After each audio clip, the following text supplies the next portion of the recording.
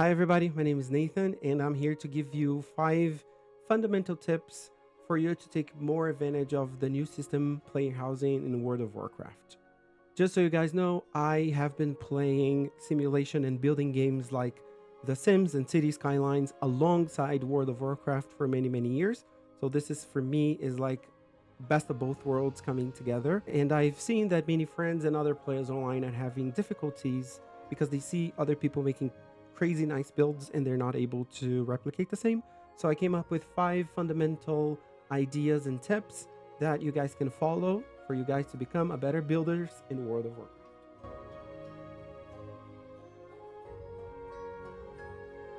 The first, and I think the most important tip of all of them, is don't take objects at their face value.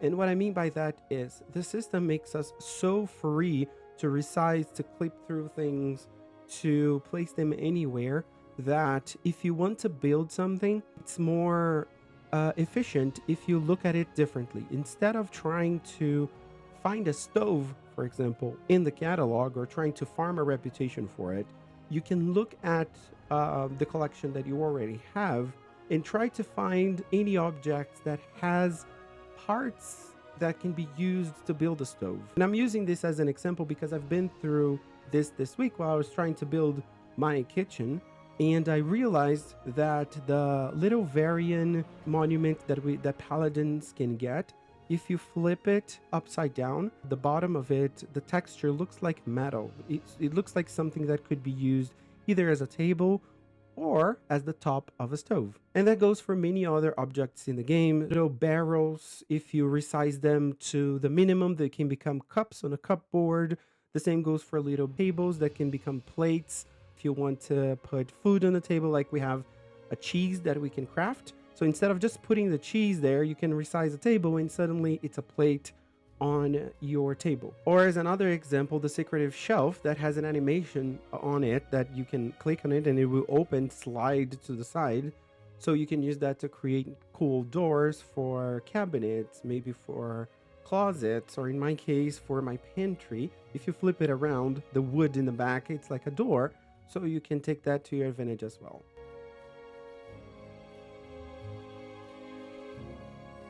The second tip comes from the inspirational side. You know that when this is really not a cup of tea and then you see people who are very used to this kind of gameplay, it seems that very natural and easy and comes out of nowhere, but it's not. Everybody who's creative uses inspiration.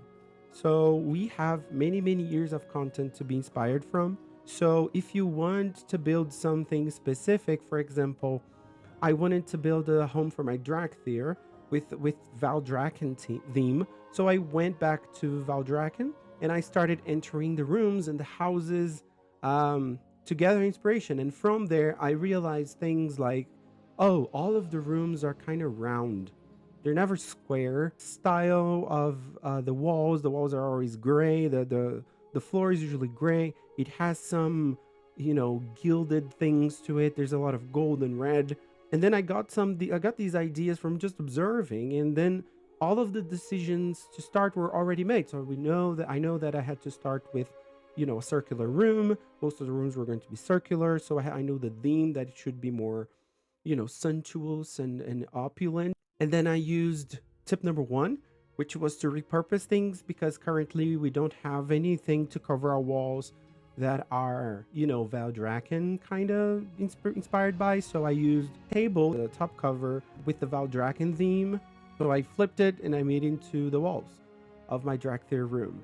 So having inspiration is essential. You can either look at in Azeroth or in the real world.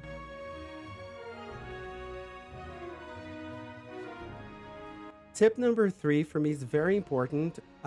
Before people record their videos, they probably tried it before. They probably tested it like many times. You try it yourself. Don't rush into things. Don't think that you're going to get an excellent, great build at first. It's probably not going to happen. So you can, spend some time resizing things, changing rooms, try different iterations of the room, try different colors, different dyes, flip objects around, you're going to discover things with the system. It's very complex. It's very, even though it's easy to use, it gives you a lot of possibilities. So it's important that you take advantage of it. So take your time, resize everything that can be resized, clip everything through, make 1, 2, 3 different builds. Take your time. Tip number 4 is more related to the build itself than to an idea, which is to avoid big spaces as much as possible. Unless you're actually looking for something like that, unless you want to build a big throne room or a church or a cathedral or something like that, if you want to build spaces that feel believable, realistic, if you don't want to use smaller room because you're afraid to feel constrained, you can build a bigger room and then use the walls to eliminate negative spaces that you're not going to use. And I see this a lot. People are like, I don't know what to put here. This is, the space, there's a lot of space and I don't have that many items. So you can isolate space using the walls. You can make rooms inside of a bigger room, and you're going to see that it's much, much easier to build cool, cozy, believable rooms when they are a bit smaller. So try to not to use so much space.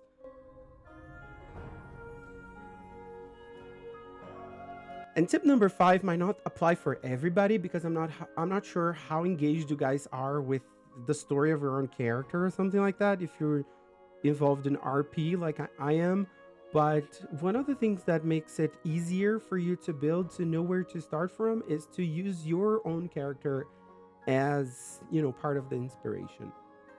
For example, if you play a void elf, if you play a human paladin, or if you play a Kultiran warrior, what is that house going to look like? What was the journey of this character up to here? Did this character play during the war? Did this character join the forces, I don't know, somewhere? So what kind of items should be there? This helps to give you some idea of detailing that people can visit your house and look at it and say, wow, a warrior lives here, a mage lives here, or a druid. This is definitely a druid home.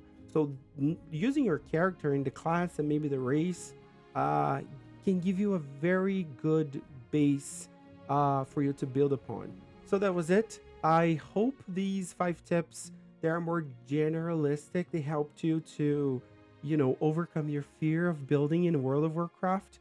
Let me know in the comments if you liked it. If you made any builds using my tips, let me know as well. I am planning to put out at least 1 video a week about player housings. Thank you very much for watching, and I see you next week.